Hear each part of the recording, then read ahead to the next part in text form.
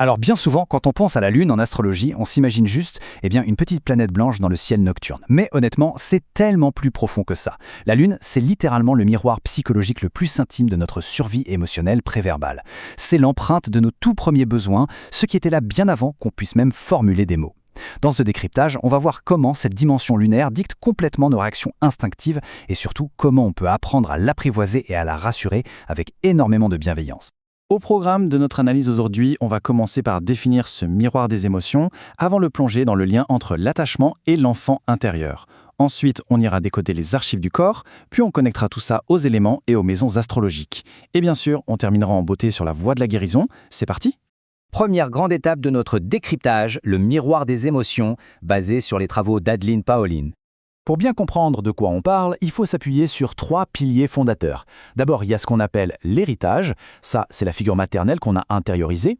Ensuite, on a le vécu, qui n'est autre que la voix de notre enfant intérieur avec tous ses besoins viscéraux. Et enfin, le remède, notre objectif ultime de sécurité affective. C'est vraiment pensé comme une sorte de manuel de survie émotionnelle pour au final se sentir vivant, protégé et vraiment chez soi à l'intérieur. D'ailleurs, chaque schéma qu'on va aborder aujourd'hui passera systématiquement par ce filtre en 3 étapes. D'abord, on identifie l'héritage, la mémoire laissée par notre toute première figure de soin. Ensuite, le vécu, c'est-à-dire comment cet héritage fait réagir notre enfant intérieur, là, maintenant, dans le moment présent.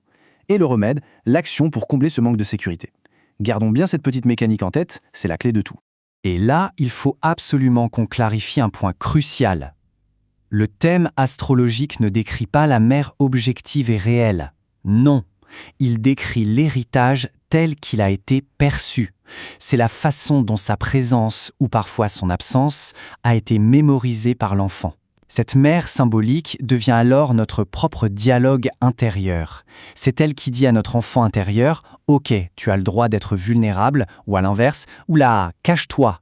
Le but du remède, c'est justement de transformer cette empreinte parfois anxiogène en une vraie source de réconfort autonome.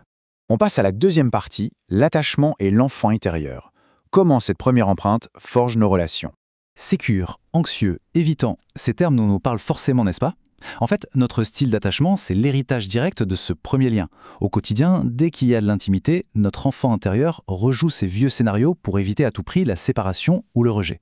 Le remède ici, prendre conscience de ces vieux réflexes lunaires pour arrêter de les subir. C'est ce qui permet de construire des relations basées sur une sécurité choisie, plutôt que sur la peur panique d'être abandonné. Mais alors comment il parle cet enfant intérieur ? Eh bien, par nos réactions impulsives d'aujourd'hui, une explosion de colère, une fuite soudaine ou une grosse dépendance affective, tout ça c'est son vécu, ce sont ses cris. Il réclame une attention passée qu'il n'a pas eue, et ça date d'avant même l'apparition de la parole. Donc pour amener le remède, la toute première chose à faire, c'est d'accueillir ces tempêtes émotionnelles intenses, mais sans aucun jugement. C'est la base pour lui offrir un cadre sécurisant. Ce qui nous amène à un point vraiment fascinant, les archives du corps. Parce que l'impact de ces premières expériences est gravé en nous, littéralement. L'héritage des blessures ou des manques s'inscrit directement dans notre système nerveux somatique. Quand l'enfant intérieur panique, boum, c'est le corps qui prend le relais. Ça se traduit par une anxiété diffuse, des mots inexpliqués, une hypervigilance de tous les instants. La tête ne comprend pas forcément pourquoi, mais le corps, lui, s'en souvient. Le remède est donc purement physique. Il faut passer par l'ancrage corporel pour envoyer un message clair au système nerveux. C'est bon, le danger est écarté, on est en sécurité. Quatrième étape, on rentre dans le vif du langage astrologique avec les éléments et les maisons. Grosso modo, on peut séparer les besoins de notre enfant intérieur en 2 grandes catégories. D'un côté, on a le besoin d'espace, très lié au feu et à l'air. Là, on parle d'indépendance, de mouvement, d'un immense besoin de liberté. Et de l'autre côté, en contraste total, on trouve le besoin d'ancrage, lié à la terre et à l'eau.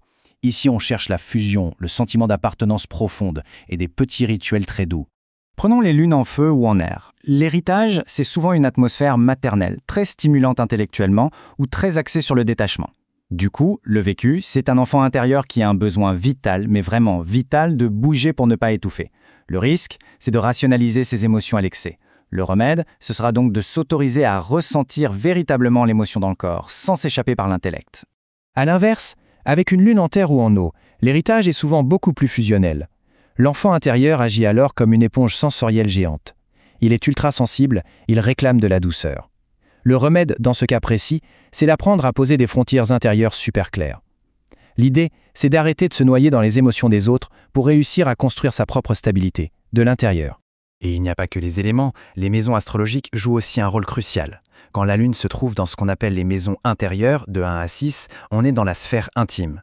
L'héritage se construit autour du corps, de la fratrie, du cocon privé. Le vécu de l'enfant intérieur a énormément besoin de prévisibilité et de routine.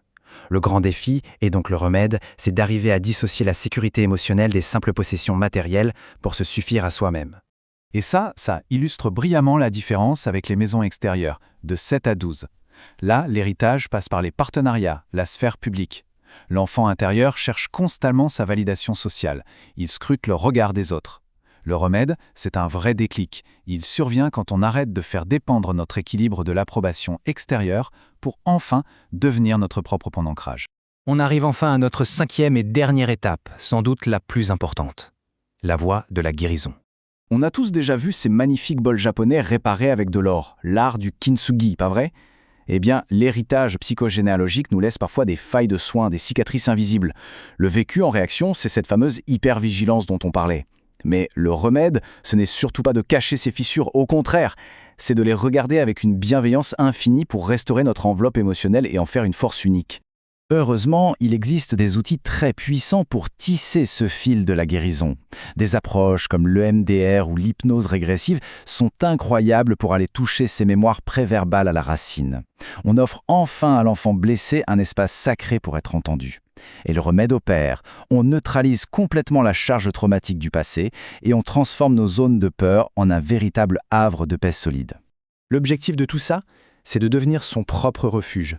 L'héritage ne s'efface pas, bien sûr, mais la maturité émotionnelle, c'est de remercier cette histoire et de choisir aujourd'hui de devenir le parent bienveillant qu'on n'a peut-être pas eu. En écoutant notre enfant intérieur au quotidien, sans le réprimer, on transforme cette hypersensibilité en une tendresse inconditionnelle pour nous-mêmes. Et on terminera là-dessus. La maturité émotionnelle consiste à remercier notre histoire maternelle tout en choisissant de devenir le parent bienveillant dont nous avons manqué. Et si nos plus grandes blessures étaient en fait la carte géographique exacte pour bâtir notre propre sanctuaire? Quelle liberté incroyable on pourrait découvrir demain en acceptant d'écouter enfin cet enfant à l'intérieur. Et c'est ce qui conclut cette analyse. C'était un immense plaisir de partager avec vous cette grille de lecture fascinante sur les mécanismes de la sécurité émotionnelle.